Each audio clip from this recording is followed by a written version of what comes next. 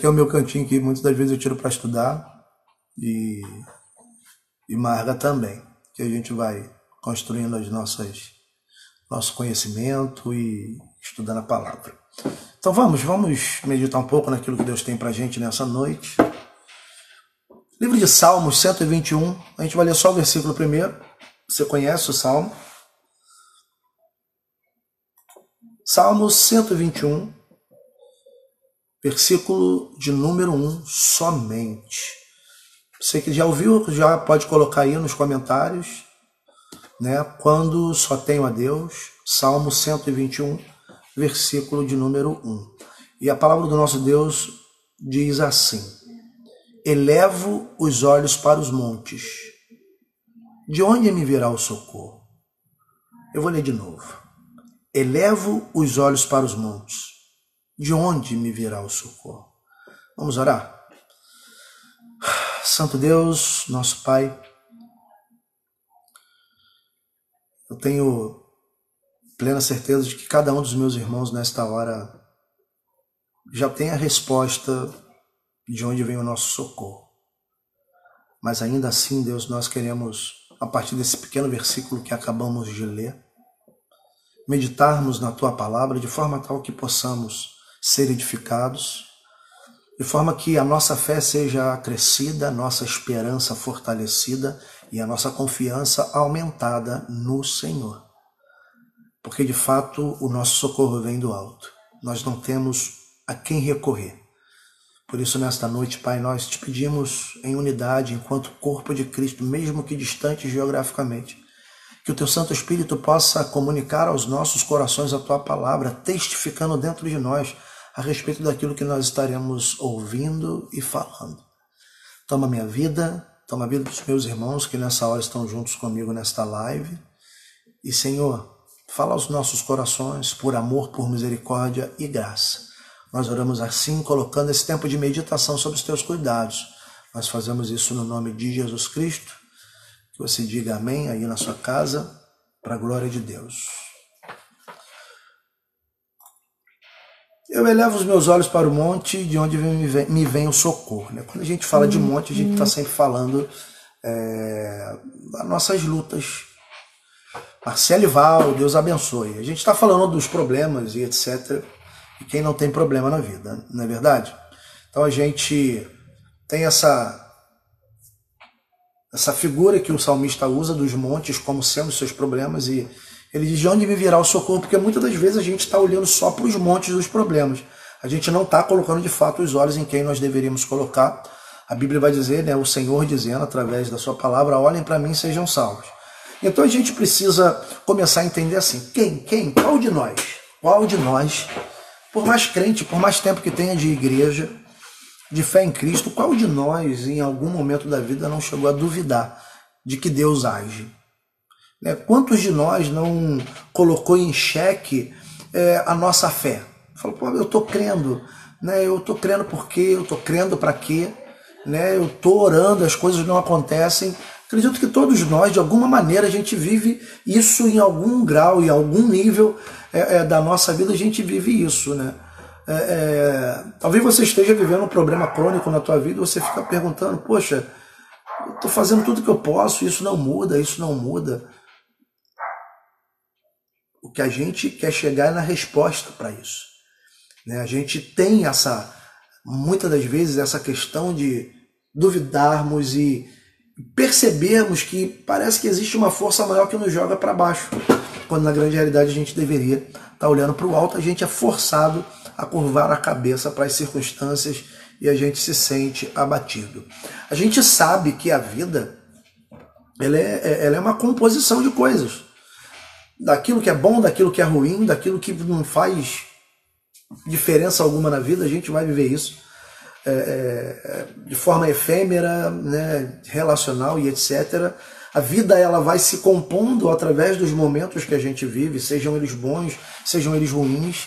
A soma de tudo isso pode produzir alguns resultados bons ou ruins. A gente não está querendo chegar nesse nível de abstrair assim, mas a gente precisa começar a pensar esses momentos. Todos nós temos esse tipo de consciência, e quando as nossas expectativas estão dizendo que a resposta ela é uma, mas a realidade mostra outra, naturalmente a gente, como eu disse no último culto, a gente se frustra, a gente fica sem entender, a gente fica perplexo, né? E daí a gente começa a entender e ver que a frustração ela vem fazer companhia para a gente nesse tempo.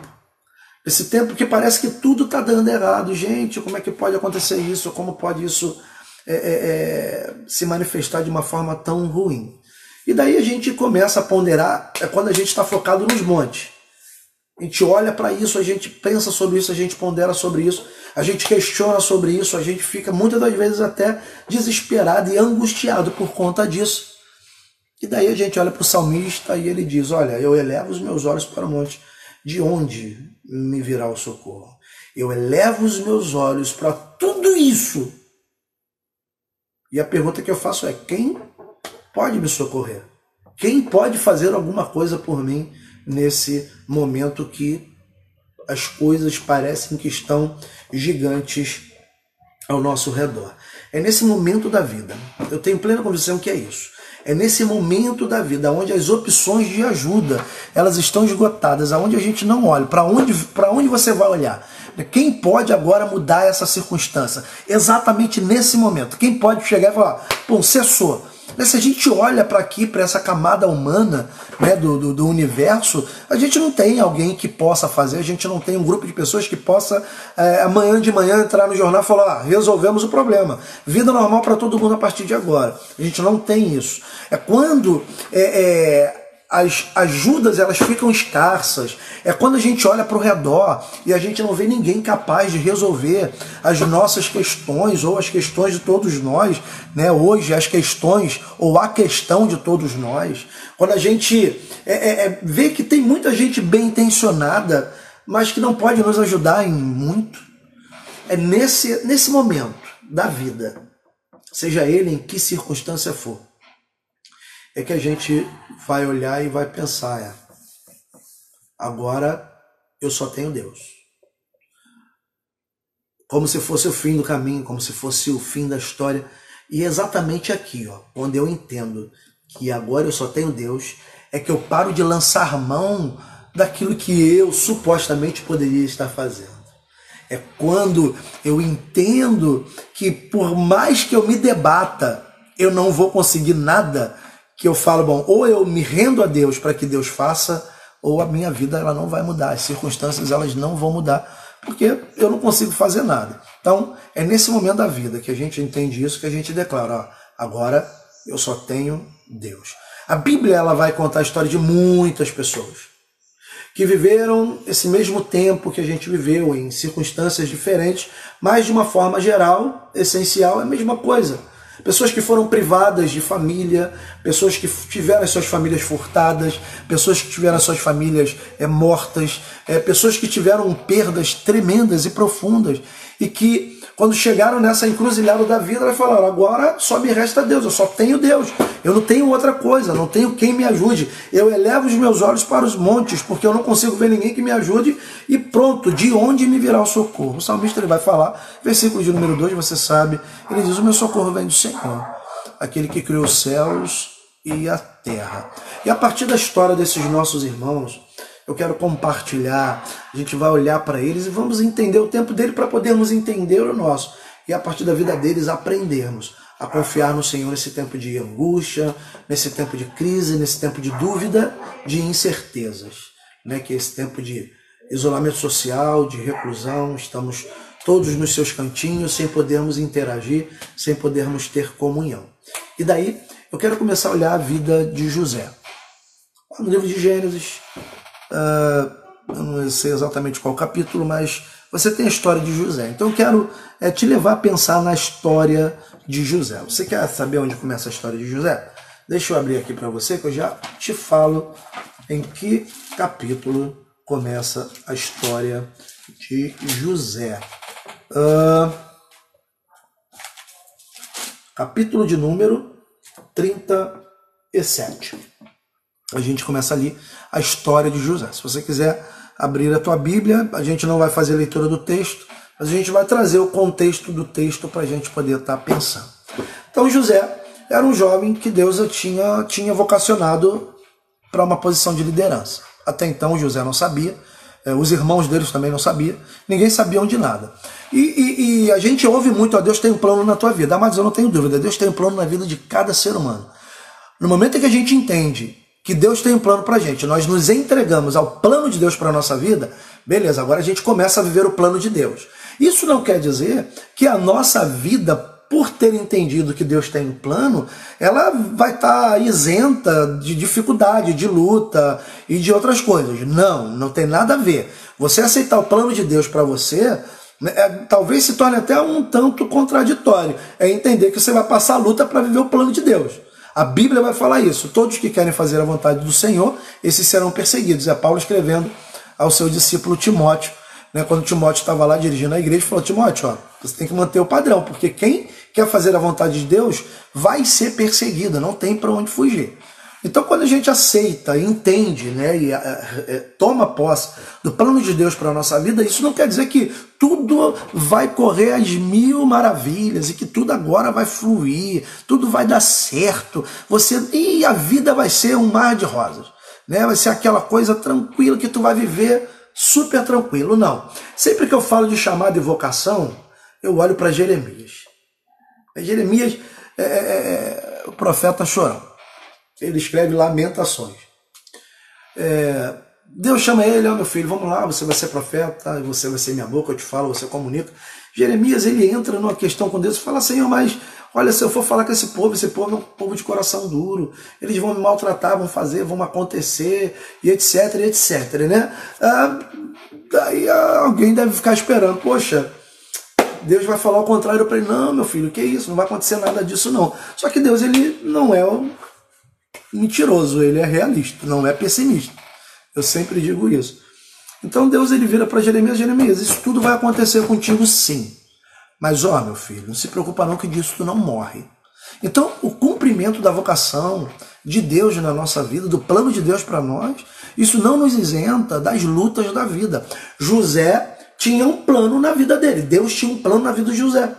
E José sonhava, ele sonhava com coisas que para os irmãos dele, para os pais dele, eram coisas absurdas. Não, cara, tu tá maluco, você acha que nós, os seus irmãos, somos mais velhos que você, nós vamos nos prostrar diante de você tá doido.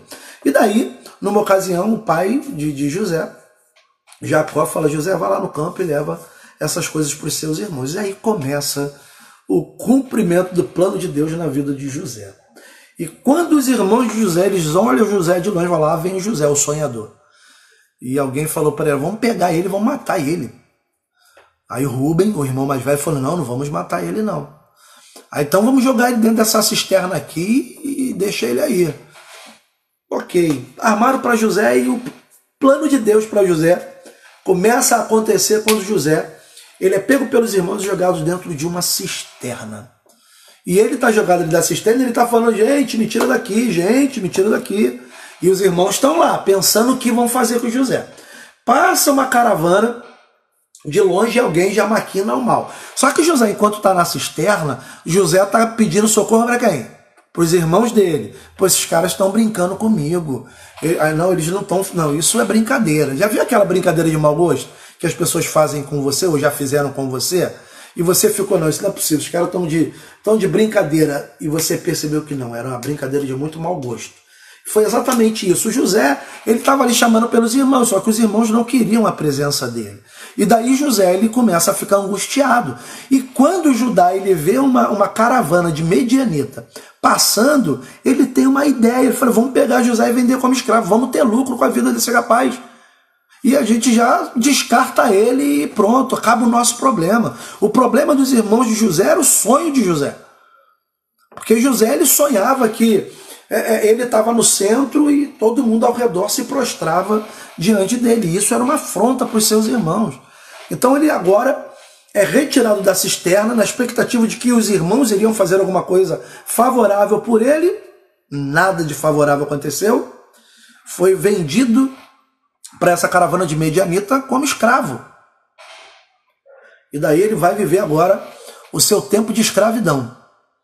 chega no Egito, ele é apresentado na praça, na onde se vendiam os escravos,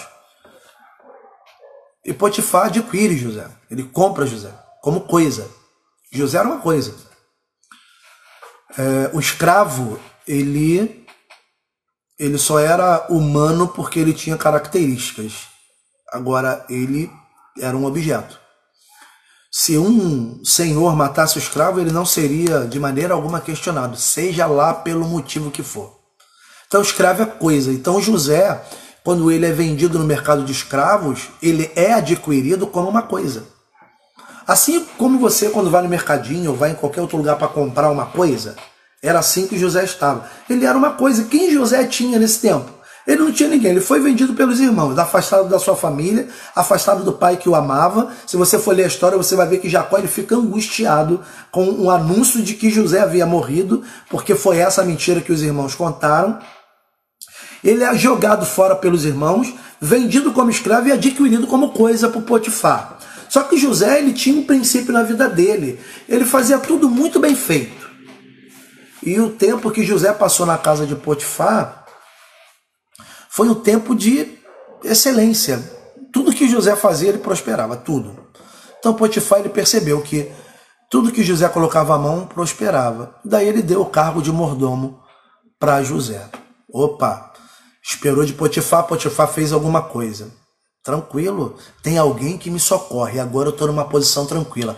Potifar é meu amigo.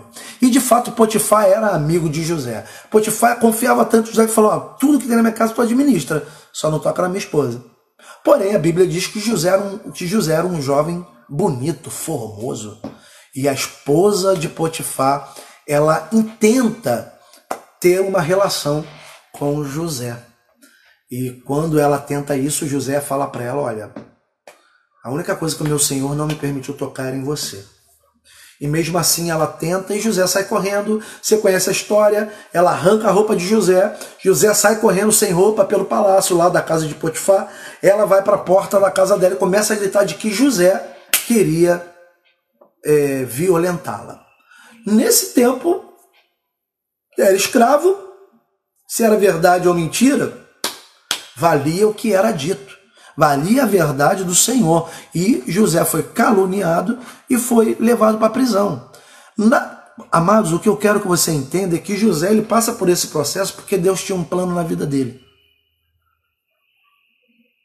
Aí alguém pode falar, mas Jesus já veio resolver esse problema para a gente não precisa mais passar por isso. Quem disse? A Bíblia diz para a gente que o princípio de discipulado é a autonegação. A autonegação talvez seja a tarefa mais difícil que o Filho de Deus deva fazer. É negar seus desejos e negar suas vontades em prol de alguém e de alguma coisa que é muito superior a ele. Negue-se a si mesmo, tome a sua cruz, depois disso me siga. É o princípio do Evangelho. Então o Evangelho de Jesus ele tem sofrimento. Ele não tem derrota. Sofrimento ele tem. Ele não tem desespero. Tem perplexidade, mas não tem desamparo. A gente falou disso no nosso culto domingo à noite. Então José agora ele está na prisão. Está na prisão. José tem quem? José não tem ninguém. Na prisão ele interpreta o sonho do padeiro, interpreta o sonho do copeiro. E foi. Quem José tinha? Ele não tinha ninguém. Ele só tinha uma pessoa, ele só tinha Deus. José, quando foi vendido como escravo, ele olhou ao redor, eu só tenho Deus. Ele se firma em Deus. Ele é comprado por Potifar. Na casa de Potifar, escravo, não tinha ninguém, ele só tinha Deus. Até que Potifar percebe. Talvez a percepção de Potifar sobre a vida de José tenha dado a José um certo conforto. Opa, tem alguém que pode me ajudar. Tem alguém que pode fazer alguma coisa por mim. José, então, ele fica tranquilo. Não deixa de cumprir com as suas obrigações, com as suas tarefas. Porém, estava ali Potifar. Até que Potifar, agora não mais, agora você vai preso, porque minha esposa te acusou de tentativa de estupro. E José agora vai para a prisão. Quem José tem na prisão? Não tem ninguém, ele é um prisioneiro, escravo prisioneiro. Nesse tempo, José só tinha Deus. Ele não tinha outra coisa, não tinha outro recurso. Ele não tinha quem pudesse ajudar, ele não tinha o pai, não tinha mãe, não tinha amigo, não tinha irmão. Ele não tinha ninguém. O único amigo que ele tinha feito, que foi Potifar, estava decepcionado com ele, mesmo com que tenha sido uma mentira da esposa. Potifar acreditou na esposa. E Potifar deixou José lá, e ele ficou lá. Potifar não ia visitar José. Ele foi um escravo que abusou da confiança, não valorizou a confiança, pronto. E José estava abandonado lá no cárcere. No cárcere, José ficava com quem? Com ninguém, ele estava isolado de todos. Até que a gente vai conhecer a história e ele vai interpretar o sonho do copeiro, e o sonho do padeiro. E quando o copeiro ele aceito de volta no palácio lá do faraó, ele tinha recebido uma palavra de José: ó, quando você estiver na frente do faraó, lembra de mim. E ele foi embora, ele esqueceu de José. Só que José tinha Deus. José tendo Deus, o que aconteceu? O faraó tem um sonho.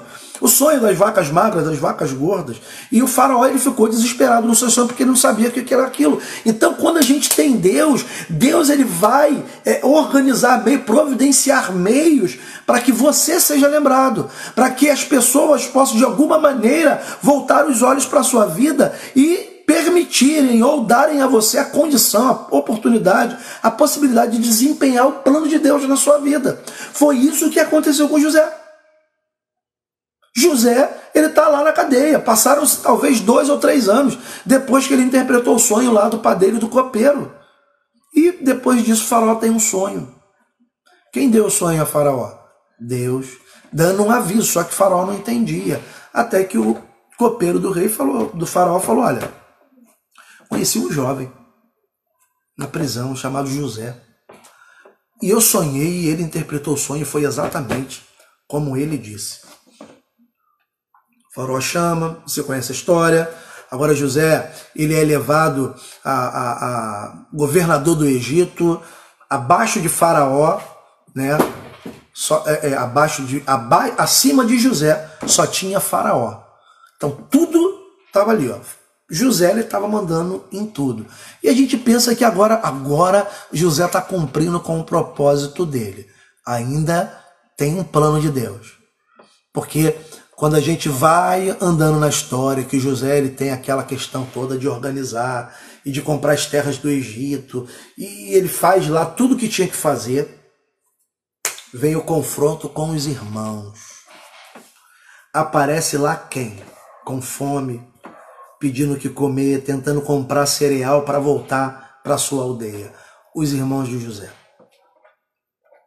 E talvez seja nesse momento de conflito familiar que mais dependência de Deus José possuía. Porque José, quando vê os irmãos, ele chora. A gente não sabe que tipo de choro foi, mas a gente pode discutir, falar sobre as possibilidades do choro de José. José chorou por quê? Porque ele estava com raiva dos irmãos, porque ele estava triste, porque ele lembrou de tudo que fizeram. A gente começa a ponderar ali a questão emocional de José. E, amados, José, ele tem um confronto com ele mesmo. E agora? E daí ele entende que ele deveria fazer o que Deus queria que ele fizesse, não o que ele gostaria de fazer.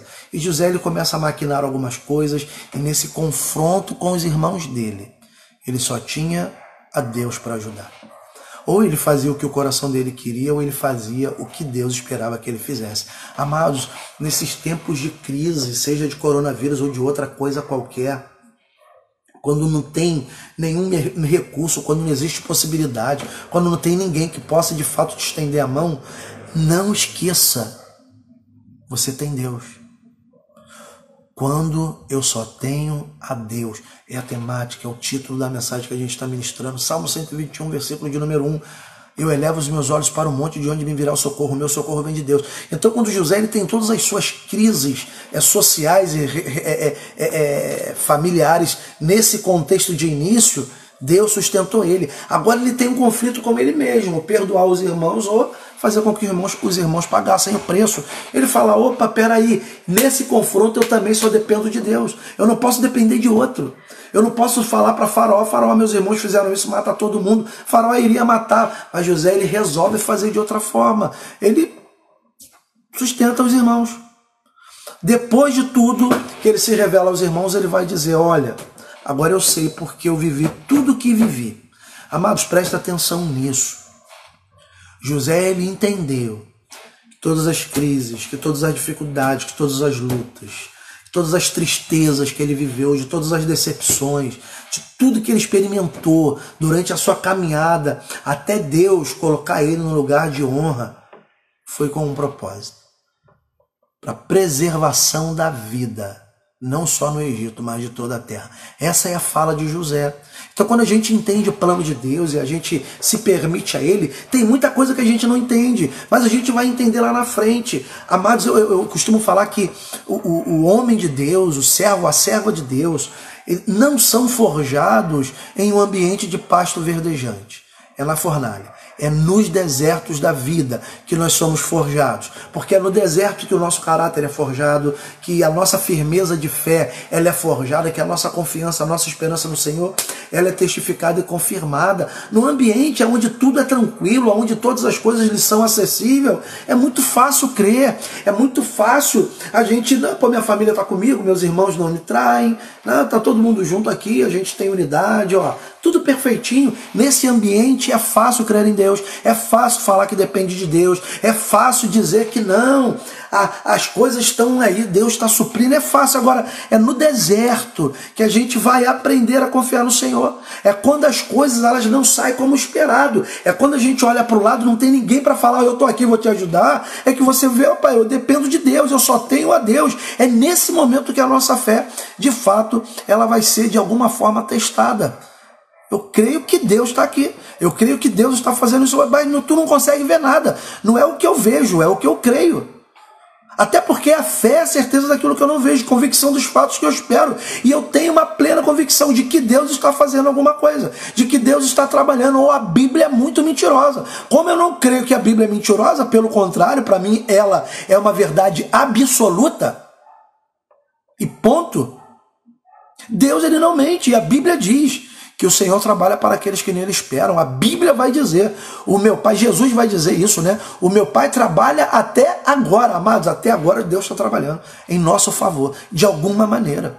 Então a gente não pode achar que, eu vou fazer a vontade de Deus, vou cumprir o plano de Deus e a vida vai ser tranquila. Não vai ser tranquila. Quem quer fazer a vontade do Senhor vai ser perseguido, e ponto final. E você precisa entender isso. Jesus vai falar, olha, aquele que achar a vida perde a vida, mas quem perder a vida pela minha causa, olha isso, perder a vida pela causa do reino. Numa compreensão superficial, isso pode parecer um masoquismo. Não, o perder a vida, né, não é perder a vida para a morte, até porque morto não pode fazer a vontade de Deus, amém ou não amém? Só pode fazer a vontade de Deus quem está vivo. Aliás, é para os vivos que tem esperança. Para quem está morto não tem nada, o morto não faz nada.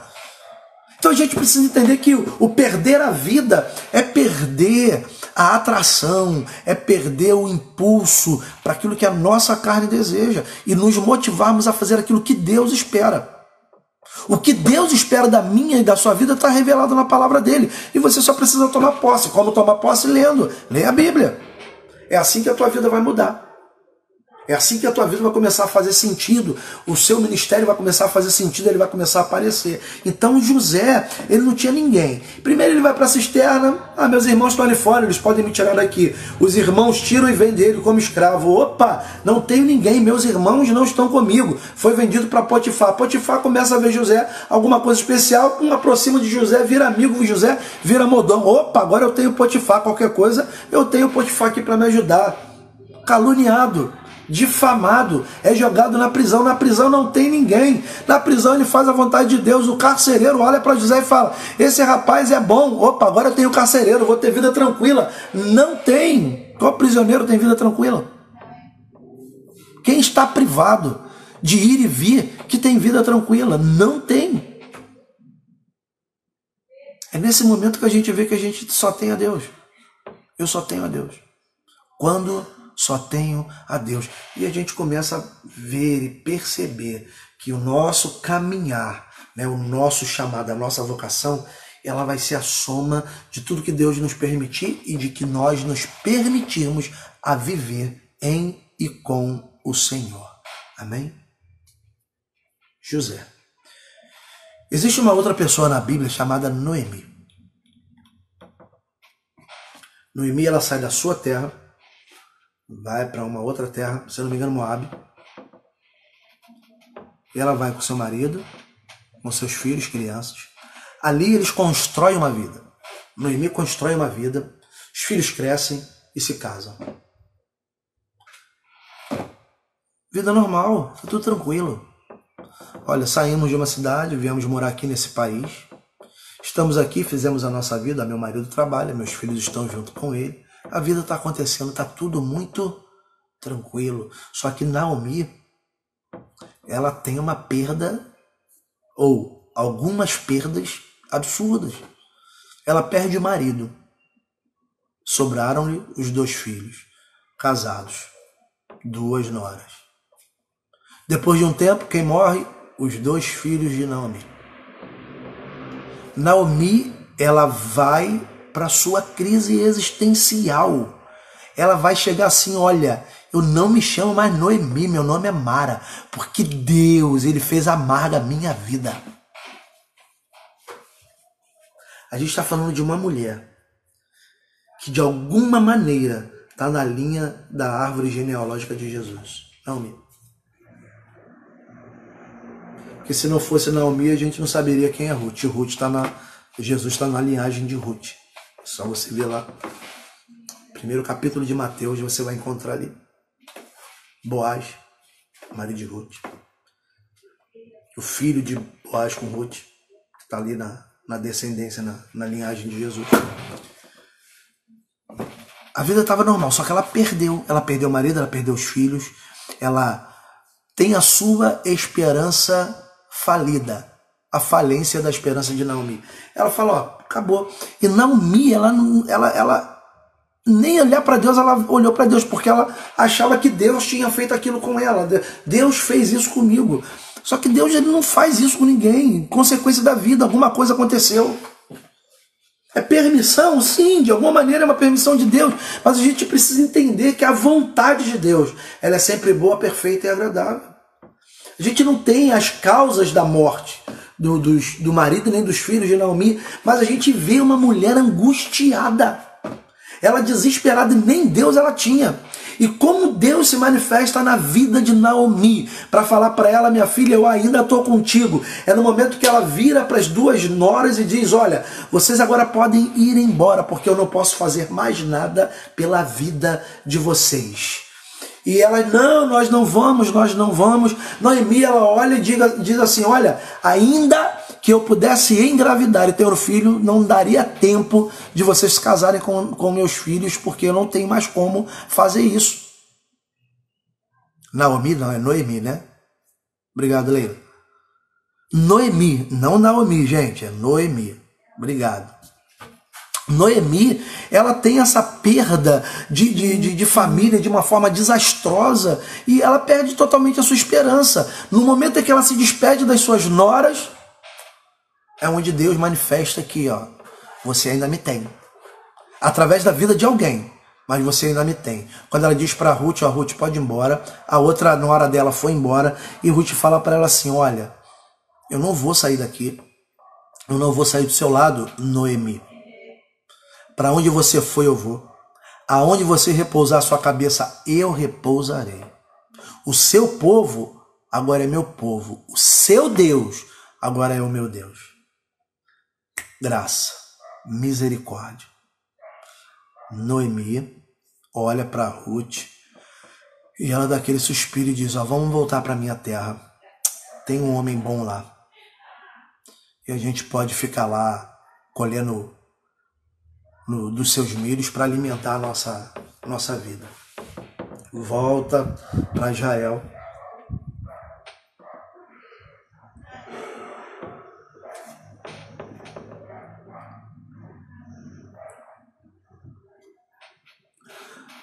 Chega lá e Noemi começa a orientar a Ruth o que ela deveria fazer. Ó, tu vai atrás, você pode pegar o que sobrar, não tem problema. A gente vai encontrar lá Boaz falando, olha, essa jovem aí, deixa ela catar o que precisar, não impeça ela. E a gente vai conhecer a história. A gente percebe que Noemi, quando ela estava desesperada, Deus manifesta a graça através da vida da nora dela, de Ruth. E Ruth, de alguma maneira, desenvolver um amor de filha com relação a Noemi, e isso fortalece ela. Amados, deixa eu te falar uma coisa, às vezes no tempo de crise, a gente está esperando que alguma voz do alto apareça, e Deus está querendo usar a gente que está do teu lado para te fortalecer, ou usar você para fortalecer pessoas que estão aí do seu lado, e você não se dá conta de que Deus, Ele pode estar te usando no momento de crise para dar sustento emocional, espiritual para alguém. Ruth, ela se coloca como esse canal de Deus. Eu estou aqui, Noemi. Onde tu for, eu vou. Onde você dormir, dormir. O que tu comer, eu vou comer. Teu povo é meu povo. Teu Deus é o meu Deus. Ela entendeu. A gente só tem Deus, Noemi. A gente não tem outra coisa. O teu Deus é o meu Deus. Vamos confiar. Até porque, amados, a gente pode levar em consideração que Noemi falava para Ruth do Deus que ela cria. O marido de Noemi, muito provavelmente, era um homem religioso dentro do contexto da sua fé ali, e falava de Deus, porque era uma ordenança da palavra de Deus naquela. Você tem que comunicar, você tem que falar, né, da minha palavra, indo pelo caminho, assentando, deitando, levantando. Então a gente leva a pensar, isso nos leva a pensar que havia ali dentro dessa família um conhecimento de Deus. E Ruth, ela se coloca como esse canal de Deus. Ô Noemi, o teu Deus é meu Deus, vamos continuar a vida. Eu não vou me afastar de você, eu vou estar contigo e a gente vai seguir. Então, amados, pensa, José estava isolado, sem ninguém. Só tinha Deus. Deus foi lá e fez o que fez. Noemi, ela se sentia sozinha, isolada, mas ela estava sozinha? Não, ela tinha Ruth. E Ruth entendeu, eu estou do seu lado. E a gente vai seguir em frente, então entenda isso. Muitas das vezes, quando você olha, eu não tenho ninguém, Deus está ali na vida dessa pessoa que está do teu lado, para quê? Para te ajudar, para te fortalecer, para te trazer de volta a esperança que estava morta. Noemi, quando ouve os relatos de Ruth, a esperança dela volta. Então pensa que talvez nesse seu momento de crise, que você, o que vai ser, o que vai ser, tem alguém do teu lado sendo boca de Deus e você não está ouvindo. Dá ouvidos, de forma que a sua alma fique alentada e você diga, opa, Deus está comigo. Através da vida do meu esposo, da minha esposa, através da vida dos meus filhos, através da vida dos meus pais, Deus está aqui, Ele está cuidando de mim. E a gente não vai ver outro resultado. Ao final do livro de Ruth, a gente tem Noemi restaurada na sua fé, na sua esperança, restaurada socialmente. Boaz casa com Ruth e a vida seguiu. É quando a gente pensa que não tem nada e nem ninguém, é que Deus manifesta a graça. É que Deus manifesta amor e misericórdia pelas nossas vidas. Você entende? Amém? Amém? Amém. E por último eu quero falar de Paulo e Silas. O que Paulo e Silas estavam fazendo para irem presos? Cumprindo o propósito de Deus na vida deles. Vamos voltar a alguns capítulos anteriores. Lá no livro de Atos, alguém vai dizer, separai-me agora. Deus vai falar para alguém.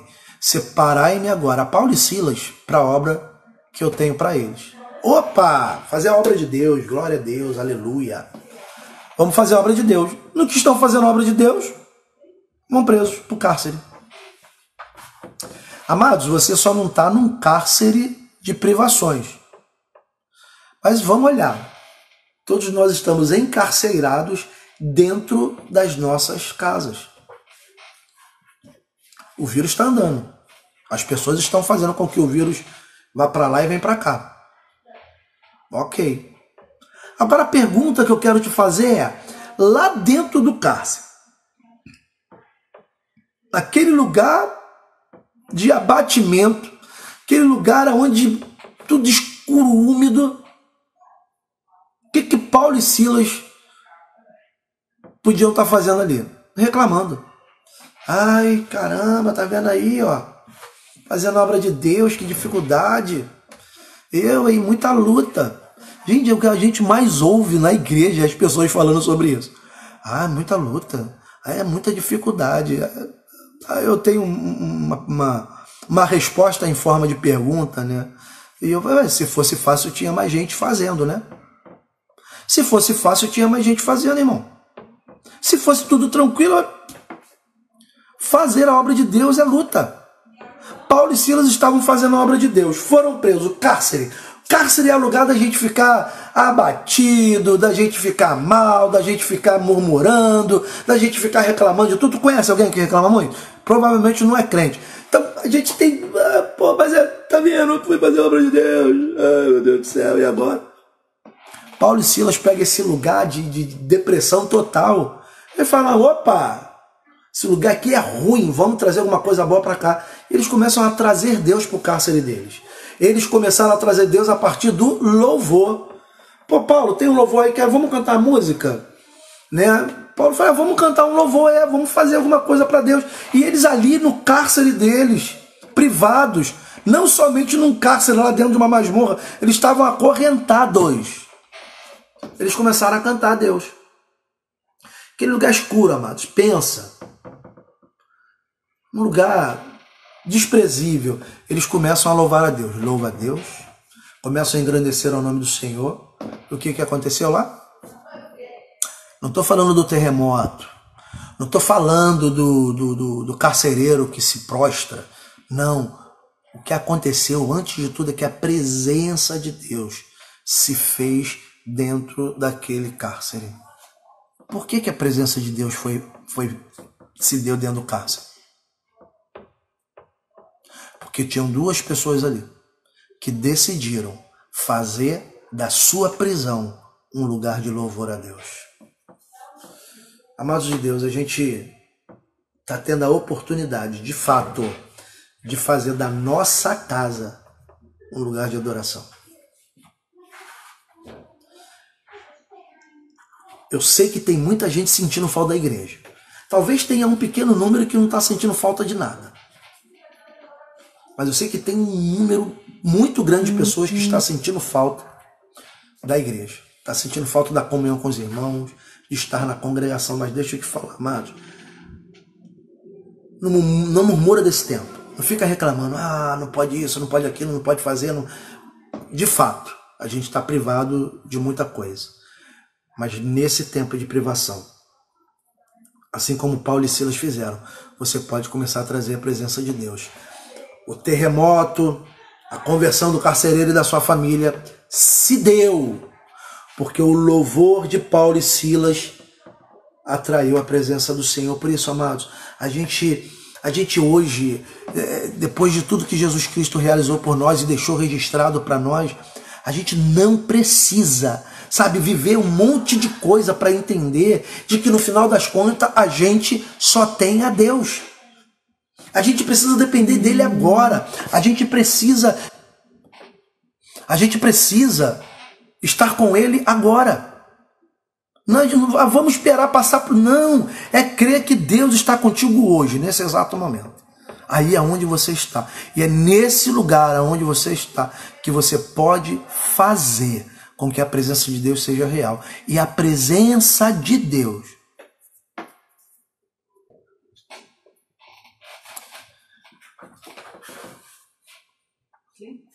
fala com David. Ele tá tentando ligar?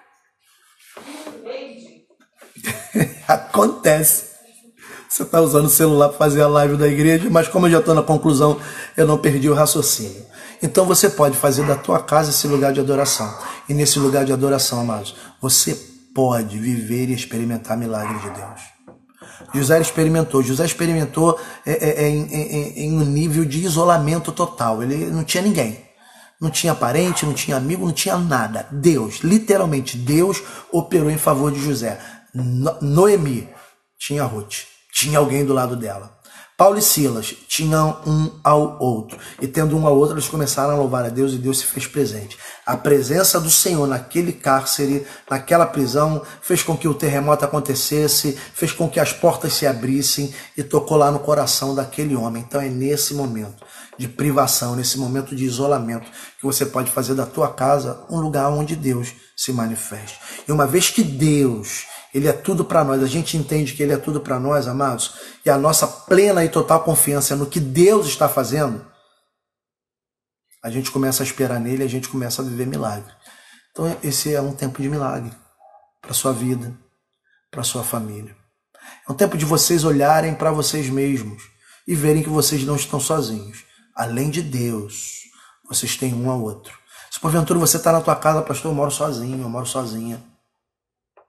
Sozinho não. Você pode não ter ninguém físico, mas o Senhor está contigo. Ele diz que eu estou com vocês todos os dias da vida de vocês. O Espírito Santo, ele está em vocês, ele habita em vocês, ele andará com vocês. E é dessa maneira que você tem que crer. Deus está contigo.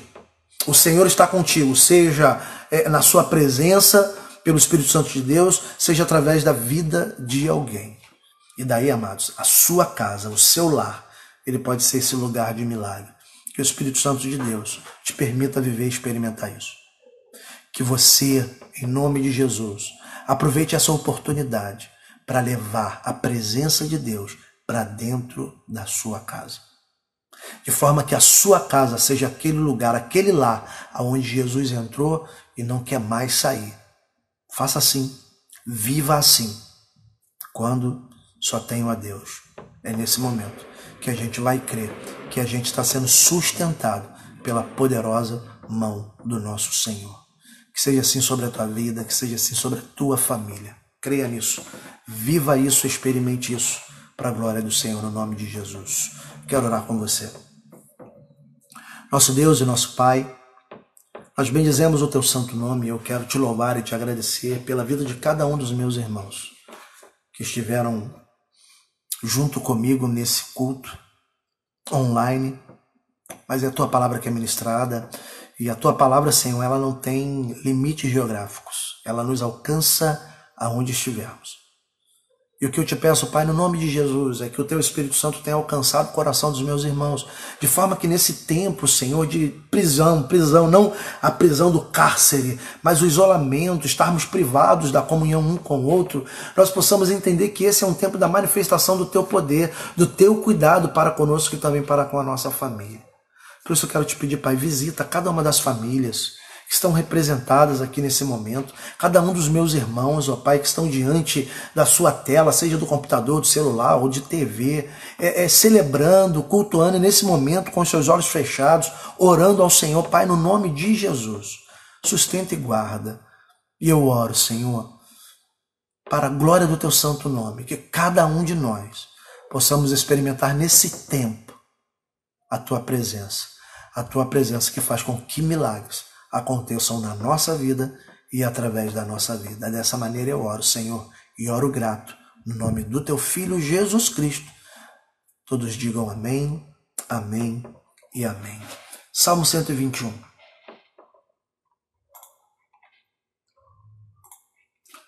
Elevo os olhos para os montes.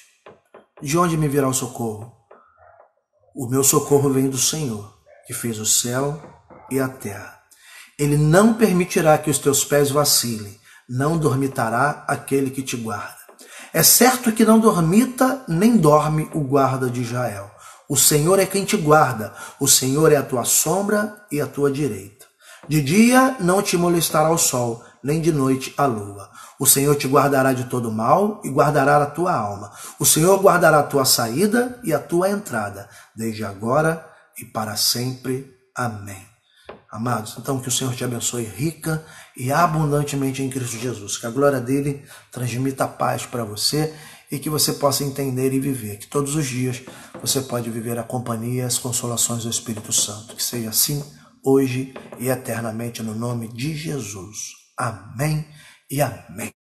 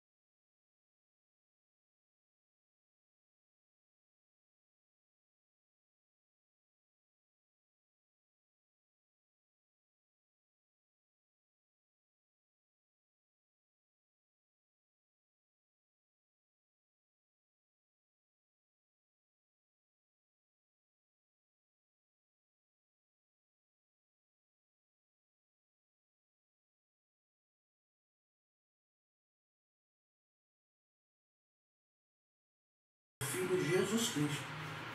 Todos digam amém, amém e amém. Salmo 121.